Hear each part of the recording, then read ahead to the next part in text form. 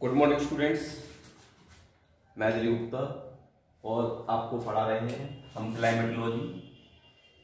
और आज का टॉपिक है हमारा बादल यानी कि क्लाउड्स। तो देखिए, आपको पता होगा बादल कई प्रकार के होते हैं, है ना। तो देखिए बादल होते क्या है ना। देखिए बादल क्या होते हैं, एक तरह से हिम सीकर या जल सीकर होते हैं। जल सीकर क्या होते हैं, देखिए पहले वातावरण में क्या होता है, आपको मैंने बताया था ना कि वातावरण में क्या होते हैं, धूल के कण होते हैं, छोटे छोटे छोटे, है ना। ये धूल के कण होते हैं, नमक के कण होते हैं, है ना। सागरों पर नमक के कण पाए जाते हैं, है ना। तो जब वाष्प जो है वो इन कणों पर आकर के घनीभवन होने लगती है, तब छोटे छोटी बूंदों का निर्माण होता है। वो छोटी बूंदें काफी छोटी होती है, बहुत छोटी होती है ना। इसीलिए इनको हम क्या कहते हैं, जल सीकर कहते हैं। क्या कहते हैं, जल सीकर कहते हैं। और जब यही कम तापमान के कारण जम जाते हैं तो हम इनको हिम सीकर कहते हैं। क्या कहते हैं, हिम सीकर कहते हैं, है ना। इसको हम क्या कहते हैं, वाटर ड्रॉपलेट्स कहते हैं इंग्लिश में। वाटर ड्रॉपलेट्स मतलब फुहारे, ड्रिजल्स, बहुत महीन बूंदें, छोटी छोटी बूंदें, बहुत ही महीन छोटी बूंद होती है। फिर धीरे धीरे क्या होती है, ये बूंदें आपस में मिलकर के बड़ी होती जाती हैं और एक बड़ी बूंद का निर्माण करती है। तो बादल जो है वो इन्हीं जल सीकरों से और हिम सीकरों से निर्मित होते हैं। जब क्या होता है कि जब वायु गर्म होकर के ऊपर उठती है, तो ऊपर उठने पर यदि उसका टेम्परेचर बहुत ज्यादा है वायु का, तो बहुत ऊंचाई पर चली जाती है वायु, है ना। काफी ऊंचाई पर चली जाती है। गर्म होने के बाद क्या होता है, धरातल गर्म होता है। ये धरातल है मान लीजिए, है ना। ये गर्म हो रहा है, तो गर्म होने से क्या होता है, धरातल गर्म हो गई, वायु ऊपर उठती है। और अधिक अगर टेम्परेचर ज्यादा है वायु का, तो वायु ज्यादा ऊंचाई तक उठती चली जाएगी। अधिक ऊंचाई पर जाके उसका संघनन हो रहा है ना। कंडेंसेशन यानी कि संघनन प्रारंभ होता है उसका। संघनन का मतलब होता है कि जो वाष्प नीचे से गई है वायु, उसमें जो वाष्प की मात्रा है, जिस गर्म वायु में वाष्प की मात्रा है, ऊपर जाने पर उसमें से वो वाष्प की मात्रा क्या हो जाएगी, संघनित होना शुरू हो जाएगी, यानी कि जल की बूंदों में बदलना शुरू हो जाएगी। तो इन्हीं जो सीकर होते हैं, जल सीकर होते हैं, जैसे नमक के कण इनके चारों तरफ बैठना शुरू हो जाती है वाष्पता, और इससे क्या है, बादलों का निर्माण होता है। अधिक ऊंचाई पर जो है हिम सीकरों का निर्माण होता है, उसे थोड़ी कम ऊंचाई पर जल सीकरों का निर्माण होता है जब तापमान थोड़ा अधिक होता है। परंतु अधिक ऊंचाई पर जाने पर टेम्परेचर वो एकदम तेजी से कम होने लगता है ना। तो बादल जो है जल सीकर और हिम सीकर का क्या होते हैं, मिश्रण होते हैं ना। और ये बादल जो है वो कोहरे के समान ही होते हैं। जैसे कोहरा होता है ना, अब जो सर्दियों में कोहरा पड़ता है, तो इसी कोहरे के समान होते हैं। बस अंतर ये होता है कि कोहरा जो है धरातल के समीप बनता है, परंतु बादल धरातल से ऊंचाई पर बनते हैं, है ना। और जो जल सीकर और हिम सीकर के जो कण होते हैं, ये इस बादल में लटकती हुई अवस्था में, लटकती हुई अवस्था, है ना, लटकी हुई अवस्था में रहते हैं। इसलिए इनको सस्पेंडेड पार्टिकल्स भी कहते हैं। सस्पेंडेड, है ना, पार्टिकल्स भी कहते हैं। इसका मतलब होता है लटकते हुए कण, है ना। बादल क्या है, करोड़ों खरबों लटकते हुए इन हिमसीकरों और जल सीकरों का समूह होता है। उसको हम क्या कहते हैं, बादल कहते हैं। देखिए बादल जो है वो क्षोभ मंडल में ही पाए जाते हैं, मैंने आपको बताया था। समताप मंडल में कदापि नहीं पाए जाते, है ना। यानी कि धरातल से 14 किलोमीटर की ऊंचाई तक ये पाए जाते हैं लगभग। और देखिए जैसे जैसे क्षोभ मंडल जो भूमध्य रेखा पर अधिक ऊंचाई पर होता है, 14 से 15 किलोमीटर तक होता है ना। और क्षोभ मंडल की ऊंचाई जो है वो ध्रुवों की तरफ कम होती जाती है। वैसे ही बादलों की ऊंचाई जो है भूमध्य रेखा पर सर्वाधिक होती है, और जब ध्रुवों की तरफ जाते हैं तो ये ऊंचाई की कम होती जाती है ना। तो ये होते हैं बादल, है ना। तो देखिए ये संघनन दो रूपों में होता है। एक तो हिमांक पे होता है, हिमांक के ऊपर होता है। हिमांक के ऊपर होता है तो हिमसीकर का निर्माण, वो जल सीकर का निर्माण होता है। और जब हिमांक के नीचे होता है तो हिमसीकरों का निर्माण होता है। यानी इसमें जो वाष्प के कण होते हैं वो सीधे ही बर्फ में चेंज हो जाते हैं ना, बदल जाते हैं। इसको कहते हैं हिमसीकर। तो ये होते हैं बादल, है ना। तो अब बादलों का हम वर्गीकरण देखेंगे, है ना। तो 1932 में एक वर्गीकरण आया था जिसको हम इंटरनेशनल क्लासिफिकेशन ऑफ क्लाउड्स कहते हैं। 32 में आया था इंटरनेशनल क्लासिफिकेशन ऑफ क्लाउड्स, यानी कि विश्व का अंतरराष्ट्रीय बादलों का वर्गीकरण आया था। उसके अनुसार जो है बादलों को 3 मुख्य भागों में बांटा जाता है।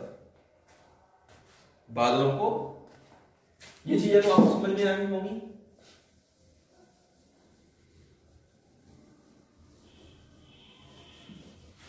तीन मुख्य भागों में बांटा जाता है। एक होते हैं सबसे हाईएस्ट यानी ऊंचे वाले बादल, फिर होते हैं मध्यम ऊंचाई वाले बादल, और तीसरे होते हैं आपके निम्न ऊंचाई वाले बादल। देखिए तीन प्रकार के बादल हैं और इनको 10 उप प्रकारों में बांटा गया, सब टाइप्स में बांटा गया। 1 2 3 4 5 6 7 8 9 10। तो 10 जो है इनके उप प्रकार हैं और 3 जो है वो मुख्य प्रकार है। तो पहला है आपका उच्च बादल, यानी कि अधिक ऊंचाई पर पाए जाते हैं, जो 6000 मीटर से लेकर के और 20000 मीटर की ऊंचाई तक पाए जाते हैं, यानी कि 6 किलोमीटर से लेकर 20 किलोमीटर की ऊंचाई तक वो ये पाए जाते हैं ना। तो इनको कहते हैं हम पच्छाद में। पहला इसमें आता है पच्छाद में, है ना। देखिए पच्छाद में क्या होते हैं, ये पच्छाद जो है वो ऐसा दिखता है जैसे रेशम का ढेर है, काफी ऊंचे होते हैं ये और काफी रेशम के ढेर की तरह दिखाई देते हैं, सफेद रेशम के ढेर की तरह दिखाई देते हैं, है ना। थोड़े दूधियापन पे होते हैं, है ना, और सफेद रेशम के ढेर की तरह दिखाई देते हैं दूर से देखने पर, काफी ऊंचे होते हैं, जबकि ये ऊंचाई काफी अधिक होती है। सबसे ऊंचे बादल पच्छाद ही होते हैं, इनको इंग्लिश में कहते हैं सीरस क्लाउड, सीरस क्लाउड्स कहते हैं, यानी पच्छाद बादल, है ना।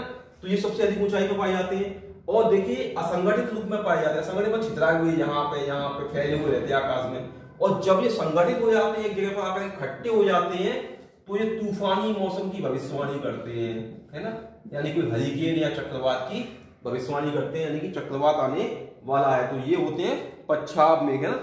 जब इनसे सूर्य की किरणें गुजरती हैं तो सफेद दूधिया रंग में चमकते हैं, एकदम ऊपर ऊंचाई पर, है ना। किरणें पड़ती हैं सूर्य की इन पर तो काफी ये चमकते हैं, है ना। और ये खराब मौसम की सूचना देते हैं, यानी जब ये संगठित हो जाते हैं तो खराब मौसम की सूचना देते हैं, ना। इसके बाद दूसरे हैं आपके पच्छाद मेघ, है ना। पच्छाद मेघ क्या होते हैं, ये देखिए ये पच्छाद स्तरी क्या होते हैं, ये आकाश में चांदनी की तरह फैले रहते हैं। स्तरी मतलब क्या है, इस तरह का मतलब यार चांदनी की तरह फैले रहते हैं ये, है ना, छाए रहते हैं, है ना। और जब ये आकाश में छाते हैं तो सूर्य और चंद्रमा के चारों तरफ क्या बन जाता है, प्रभामंडल बन जाता है, प्रभामंडल बन जाता है ना। प्रभामंडल कैसा, जैसे सूर्य है ना तो उसके चारों ओर चमकनी प्लेट सी दिखाई देती है, गोल गोल, है ना, उसके चारों तरफ, है ना। इसको कहते हैं प्रभामंडल, इंग्लिश में कहते हैं हलो, हलो कहते हैं। ये प्रभामंडल बन जाती है और जब इसके किनारे पर ये प्रभामंडल बन जाती है सूर्य और चंद्रमा के किनारे पर, तो ये तूफानी मौसम की भविष्यवाणी होती है, तूफान आने वाला है, कोई चक्रवात आने वाला है ना। ये भी क्या होते हैं, श्वेत रंग के होते हैं, सफेद रंग के होते हैं और पतली दूधिया चादर के समान ये फैले रहते हैं। इसके बाद तीसरे है पच्छाद कपासी बादल, इसको कहते हैं हम सिरो क्यूमुलस क्लाउड। क्यूमुलस मतलब कपासी, है ना, सिरो क्यूमुलस क्लाउड्स। देखिए ये क्या होते हैं, ये भी क्या होते हैं, ये गोल गोल रूपों में फैले रहते हैं, ऐसे ऐसे फैले रहते हैं, ये गोल गोल रूपों में फैले रहते हैं आकाश में काफी ऊंचाई पर, परंतु उनकी ऊंचाई से डिस्टेंस फर्क पड़ता है, क्योंकि बाकी सारे बादल आपस में देखने में जैसे ही लगते हैं, परंतु ऊंचाई के आधार पर वर्गीकरण है, आपको बता दूंगा ऊंचाई के आधार पर है। तो ऊंचाई पे काफी ऊंचाई पर पाए जाते हैं, गोल गोल से फैले रहते हैं ना, और ये छोटे छोटे गोला रूप में फैलते हैं और कभी कभी लहरनुमा रूप में भी पाए जाते हैं, लहर के रूप में ऐसे गोल गोल फैले हुए फिर लहरनुमा रूप में पाए जाते हैं, है ना। तो इनको कहते हैं पच्छाद कपासी बादल, कपास के जैसे ढेर से दिखाई देते हैं ये भी। इसके बाद देखिए कौन से बादल हैं, इसके बाद हम पढ़ेंगे आपके मध्यम बादलों को। तो मध्यम बादल क्या होते हैं, जो लगभग 2.5 से 6 किलोमीटर की ऊंचाई में, 2500 से 6000 मीटर की ऊंचाई के बीच में पाए जाते हैं, उनको हम मध्यम ऊंचाई के बादल कहते हैं। और इसमें जो है आपका चौथा प्रकार है उच्च स्तरीय बादल, एल्टो स्टेटस बादल, है ना। ये भी क्या होते हैं, ये भी काफी ऊंचाई पर पाए जाते हैं, हालांकि परंतु इतनी ऊंचाई पर नहीं पाए जाते जितने पच्छाद मेघ पाए जाते हैं ना। तो ये भी काफी ऊंचाई पर पाए जाते हैं, है ना।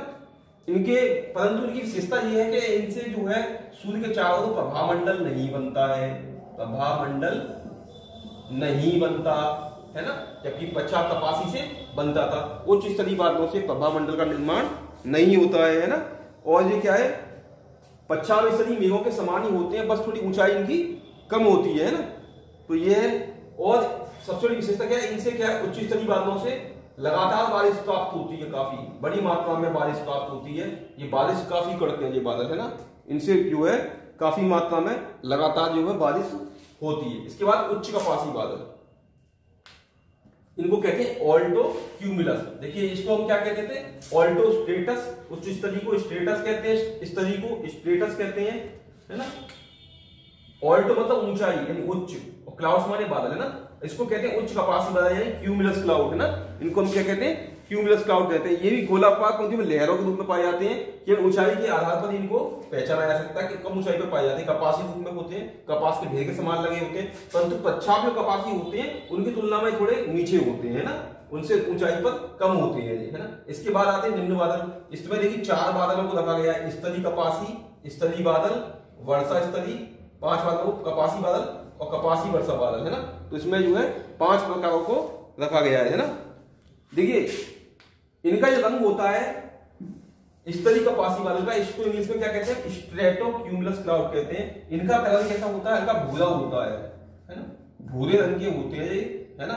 और इनसे क्या है, ये भी थोड़े नीचाई पर पाए जाते हैं ना, ये थोड़े नीचाई पर लगभग 2500 से 3000 मीटर की ऊंचाई पर ये पाए जाते हैं। 2500 से 3000 मीटर की ऊंचाई पर ये बादल पाए। इसके बाद स्थलीय बादल है ना।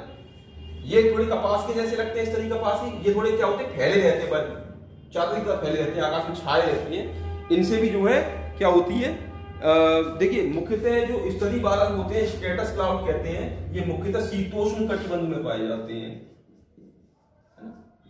शीतोष्ण कटिबंध में पाए जाते हैं और चादर के समान फैले रहते हैं। फिर इसके बाद देखिए वर्षा स्थलीय बादल है। वर्षा स्थलीय बादल भी क्या होते हैं, स्थलीय बादलों के समान ही होते हैं, परंतु इनका जो कलर होता है वर्षा स्थलियों का, ये थोड़ा डार्क होता है, थोड़ा गहरा का भूरा होता है, गहरा भूरा से लेकर काला तक होता है। इनसे जो है गहन बारिश प्राप्त होती है हमको। वर्षा सबसे ज्यादा वर्षा स्थली से होती है। इसको इंग्लिश में कहते हैं निम्बो स्टेटस। जहां पर निम्बो लग जाए मतलब क्या, वर्षा वाले बादल, क्या कहते हैं इनको, वर्षा वाले बादल, है ना। ये काले और घने रंग के होते हैं, थोड़े घने एकदम होते हैं। और जब ये आकाश में छाते ना वर्षा स्थली वाले, तो आपने देखा होगा दिन में अंधेरा छा जाता है ना। तो आप ये विशेषता इसमें लिख सकते हो कि अंधकार छा जाता है इन बादलों के आने से, तो इनको कहते हैं वर्षा स्थलीय बादल। इसके बाद है कपासी बादल। ये देखिए ऊंचाई नीचाई के अनुसार काफी नीचे होते हैं कपास जैसे ही है, परंतु बहुत नीचाई पे पाए जाते हैं। और कभी कभी देखा होगा आपने, तो इतनी नीचाई पर आ जाते हैं, पहाड़ों की चोटियों से टकरा के निकलते हैं ना।